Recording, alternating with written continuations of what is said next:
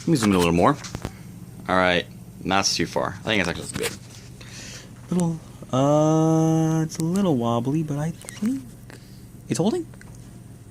Yay, it's holding. Alrighty. So you've seen both, oh, come on, please hold. Alright, I trust it. So you've seen both Chicago and Grand Rapids before. Again, Chicago is the road team, Grand Rapids is the home team. If you watched the first Week 3 game, you've seen Chicago 3 times. This is the 4th time you've seen Chicago. Trust, I promise that Chicago Grand Rapids won't be appearing again to the playoff, which I will be recording every playoff game. Anyways, we're at this is going to be the halfway point of the regular season after this game. Both these two teams are 3-3, thanks to Arizona's loss to Orlando earlier in the week. Thanks to Arizona's loss to Orlando earlier in the week, Arizona... Oh, right, I forgot to turn the volume back. I forgot to turn the volume up for this. You should have the volume off so I can listen to a YouTube video in the background. Anyways. Oh, you gotta be kidding me. Yep. Okay, well, please record. Please stay good. I don't hope it doesn't slip. Oh, it looks way too high. Alright. That should work. Okay. So you've seen both Chicago and Grand Rapids before. You know about all these teams. Both teams are 3-3. Winner of this game will be the only team in the National Conference. That is the Western Conference, by the way, the National Conference, with a winning record, and there'll be a game up on their opponent in a division. Grand Rapids already played Chicago back in Week 4, winning over the Rush. Remember, both these two teams also been seen losing to Albany. Chicago was here in Week 5. Was here in Week 5. I forgot if I had. No. Grand Rapids lost to Albany, wasn't on the camera. Chicago lost to Week 5 on to Arizona Week 5 on camera, and Grand Rapids lost Week 1 to Tampa on camera. So you've seen these teams lose plenty on camera. One of these teams is going to win. It's It's Chicago at Grand Rapids. Michael Bishop at the ramp at Aaron Bailey. Best two moves, like two dynamic players in the league. Bishop and Bailey going at it. Also, coronavirus. Again, this isn't canceled because of real life coronavirus. I figured I'd do this on spring break, although I have much longer spring break now thanks to Mr. Virus Corona. And hello, or Shante Bryant takes the opening kick for a touchdown. What? I'm not even paying attention. Anyways, going back to coronavirus. Fuck coronavirus. Sorry to curse in these videos. I don't know. Yeah. So, everything is canceled. Basketball, canceled. Tampa Bay, City of Tampa, loses close to $1 million, at least, from hosting a tournament. Let me think what else I can. NBA, canceled at least until playoffs. NHL, also canceled until at least playoffs. And that's at least. Now they're talking about canceling the entire economy until June. That's great. Public gatherings, also banned. Great idea there. Great idea there. All you're trying to do is stagnate the spread of the disease, which, by the way, if it's as strong as they all say it is, it's going to infect everyone. No one's going to be safe from this disease. So the only way you're going to be safe from it is living in a hazmat suit for 5 months without even opening it. And by that point, you're going to starve to death. You're going to, A, starve to death, and B, run out of water in your body and just die anyways. So, yeah, it's either the apocalypse or it's nothing. And no, coronavirus will... If coronavirus infects everyone, who cares? It's the apocalypse. You're going to die. Congrats. If coronavirus doesn't infect everyone, well, then this was all an overly precautionary waste of time. Would it affect the people anyways? Probably. Can this be stopped? Not to the point it's going to kill the economy for 6 years. And I am predicting this is going to absolutely murder the American economy. Actually, the international economy, too. Great job, China. Great job. Once again, those Chinese commies doing stuff. When they could have just, done something... like they did back when the plague broke out on their western territories. No, they didn't care this time. I mean, human rights devices be damned, obviously, but I mean they're still doing that with a mandatory everybody quarantined, and fort down for Chicago after Grand Rapids after another great return. Fort down in goal. I'm not even paying attention to this game. Just want to rant about coronavirus for a little bit. Anyways, this should be past a Molden. He should be good. Oh, dropped it. Okay, so now it is Grand Rapids ball. Molden dropped the end zone pass. Again, winner of this game is outright first place in the National Conference and the Central. The other records, by the way, are okay. Jacksonville. Okay, at the top of the American Conference East, you have Albany at 6-1. Albany at 5-2. They're only 2 ahead of 3-4 New England, and 3-4, and behind them is the last place in the East in the American Conference, that being 2-5 Pittsburgh. Then meanwhile, in the American Conference South, you have 4-1. You have a pair of 6-1 teams, Tampa Bay and Jacksonville at top. However, Jacksonville, by beating Tampa Bay back in Week 3, has the tiebreaker. Actually, Week 2. I think it was Week 2. Yeah, it was Week 2. Has a tiebreaker over Tampa Bay, and that's a touchdown by Aaron Bailey. Beautiful job there by Bailey to get that one in the end zone. Anyways, back to Chicago. Speaking of Chicago, the loser of this game will be 3-4, one ahead of 2-5 Columbus, who won the first 2 games and have lost their last 5, and might do it Iowa did last year and just lose out and go for who Iowa went 2-2 last year and ended up being 2-12. And Iowa does not play in 22XX. With Columbus, you saw them back in Week 4 narrowly lose to the Jacksonville Sharks. Was it? No, it was Week 4. Yeah, it was Week 4. They haven't won since. So, yeah. And about Pittsburgh is the Pittsburgh Gladiators. They're not the same red and black Gladiators that were in Las Vegas and Cleveland and New Jersey, but the green and dark yellow and the green and dark yellow, not gold, just dark yellow Gladiators you would see back in the first year of the American Football League that eventually moved to Tampa Bay.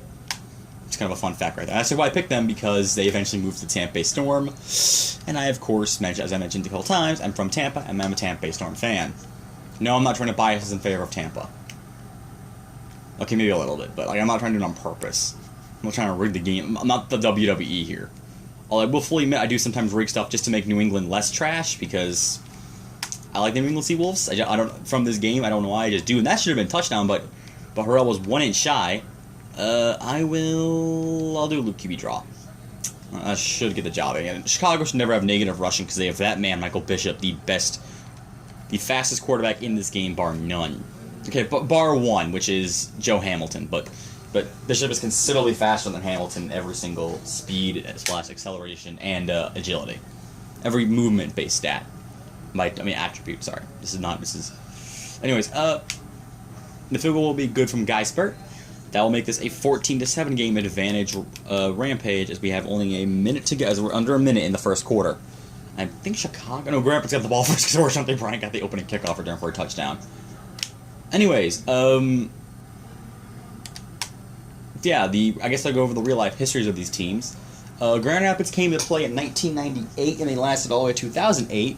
They were one of the oldest, at their time of dismissal, they were the oldest and by dismissal I mean time of the fold, and they were the longest-lasting not interstate rivalry team, which means the interstate rivalry teams are the I-4 and I-4, Tampa Bay, Orlando, and the battle for I-10, which was San Jose, Arizona. The other teams they were the longest-lasting team previously, because in 2008 the Cats didn't exist anymore, and there was a second generation of the Cats. The Force technically had existed since 1997, but they moved in 2002 to but they moved in 2002 to Atlanta, Georgia, becoming the Georgia Force, which ironically, the last ever game of the original Nashville Cats was a loss to the Grandpa's Rampage in in Arena Bowl 16, which was Arena Bowl 15. Arena Bowl 15, which was the last ever, which was, of course, to Grand Rapids. That's a pass to Orshante Bryant, who got the touchdown right there.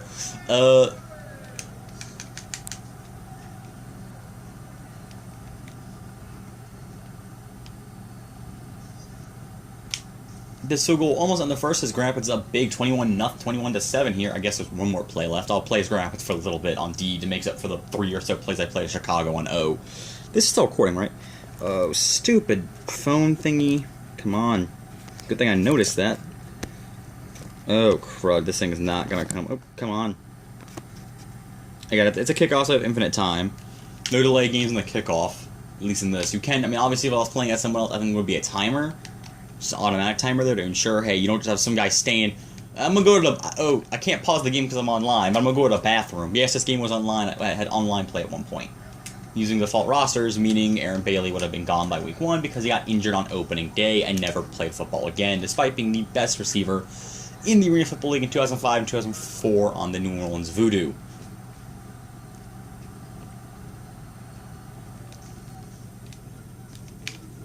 By the way, had New Orleans been picked as a Southern team instead of Jacksonville, woo boy, Grand Rapids would be screwed. Because Grand Rapids are just going to attempt to recreate 2005 Voodoo roster.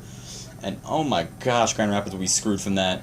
Tim Martin, their best defensive player, and of course Aaron Bailey would be gone instantly. And that's, I mean, Avery, I think, Avery would have still been Grand Rapids that year.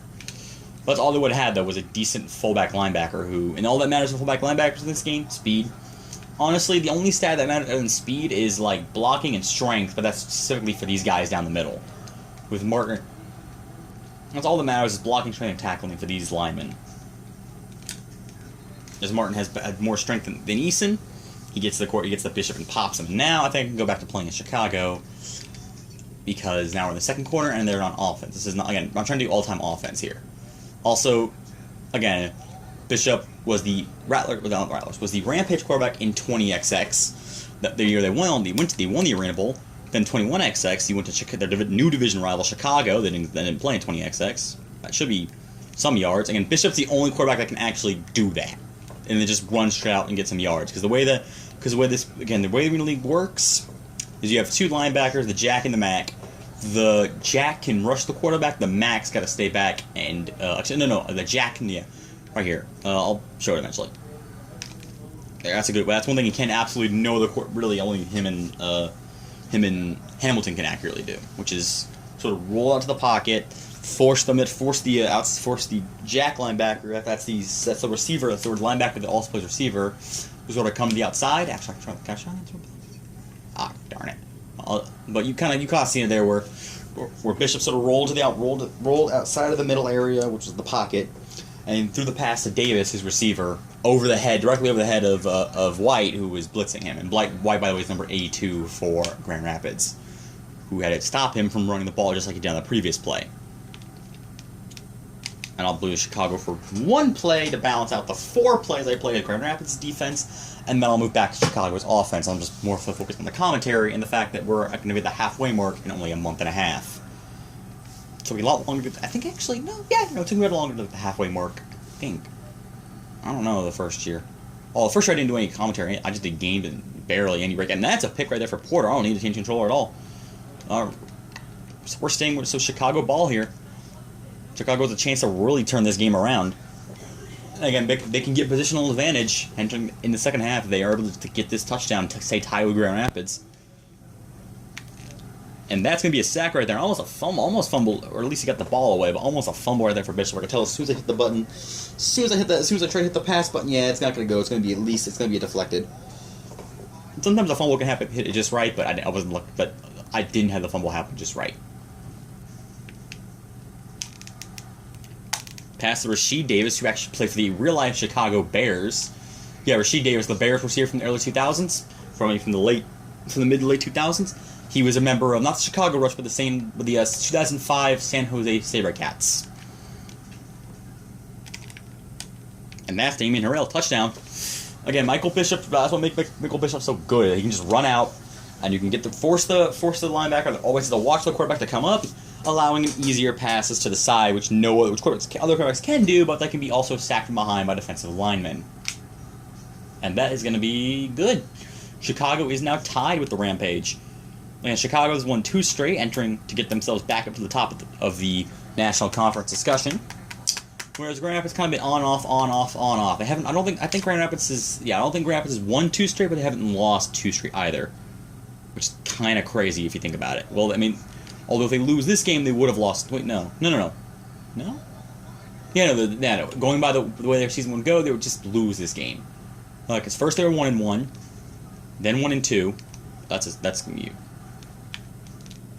Yeah, there were A2 White there. That's the guy who has to watch Bishop all game. Well, Chicago's guy, Etu Molden, only has to watch the slow pocket-footed Clint Dozell, who now is coaching the Frisco Fighters, and he never got to actually coach them thanks to, well, Mr. Virus. Thanks to cheap beer. And no, the beer is not connected to the virus. Also, one more thing. If the first thing you think about in an apocalypse is get toilet paper, you are stupid. You are really, really stupid. The first thing you worry about is toilet paper and a mask. The mask doesn't actually do anything, by the way. Only works if you're already sick. Sorry. Doesn't do anything. Looks nice. Doesn't do anything. I mean, again, if you want to generally protect from coronavirus and you have to go in public, wear a hazmat suit. In fact, I might make up some fact here. Let me. Well, at the end of this video, I'm just going to go hazmat suit. Watch this. Watch this. Watch this. Watch this.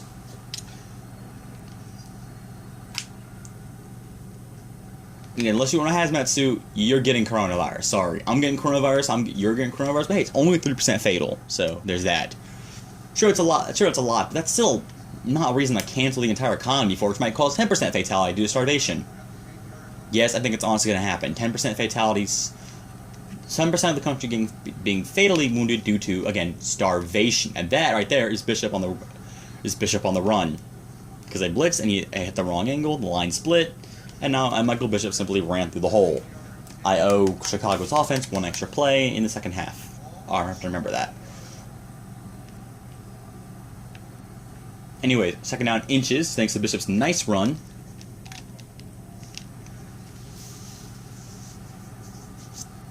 Deflected right there.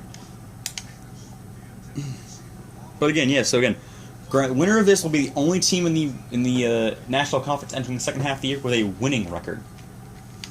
Whereas 3 of the teams in the American have a winning record, but they're all dominating winning records. And nobody is worse than 2-5, which is pretty impressive for halfway through the season. You'd think they'd be like 1-16, but no. In fact, the American Conference only has a single 2-5 team, while the National Conference has a pair of 2-5 squads. That being Spokane and actually no, not Spokane. That being San Jose. Yeah, San Jose, and I don't know what happened there with that. This is my running the ball. What happened? Oh dear. I blitzed the crowd like you missed, and the guy just fumbled. Lovely. Usually that. Bishop doesn't fumble too much from what I found. Like most quarterbacks, they fumble a little more, but it's not like you run the ball, you get fumbled. No. And because you're playing short, and because they're playing man-to-man short coverage, I bombed him to Aaron Bailey to give another easy touchdown. Except it got overthrown, but you saw how easy that would have worked. If Chicago does it again, I'll show you. If you for whatever reason you feel like I need I'm gonna cheese this game. There's one play you can almost always run with as long as your receiver's somewhat fast. Which of course Aaron Bailey's somewhat fast for receivers. I think he has 90 or 89 overall speed in this game. I think maybe it's like 90, 91. Which is, he's fast, but he's not like Sonic the Hedgehog fast kind of thing. You get the idea. Like he's not literally just gonna like instantly warp to the end zone in 2 seconds or get there in 3 seconds like Jonathan Ordway or something. He's fast. He's not that fast, but he's pretty fast. And that's a good pass to Bryant to pick up that first. Grand Rapids looks to really extend their lead entering the second half, trying to avoid that positional advantage right there. And by the way, yeah, that's my typical performance when I play this game. 50% completion percentage, 25% touchdown passes, 25% all passes or touchdown passes. That is actually perfectly normal for me. Obviously, real life players don't do that, but in real life, they do it for a lot more safer short passes than the big bombs, which I almost always go for. Again, right here, you can't quite really see 20. You see 21 right there on Bailey. Hit the Y button for hot route. Bailey and up. And put air up. Make this streak. And as long as you have enough room to roam, that should be a guaranteed touchdown. I don't right now, but I just want to show that off. And that's, although that might not. Oh, it doesn't matter. I'm gonna have to instant replay that. That's amazing. Of course, the classic gameplay drop for any game that's not 2K5. The 25-step drop back into long pass down the field, bounces off 3 defenders, and then receiver just kind of gets it. Rolls off like 2 guys' butts. Anyways, that's going to be the end of the first half. 35-21, favor of the Rampage. Yep. Wait for a little animation, and yep, that is the end of the first half. So Grand Rapids, after my camera fell down again, lol. 35-21 is the final score, and as I promised, I'm going to get you a picture of a hazmat suit real quick. Oh, enjoy the weird cheerleader thingy for a second.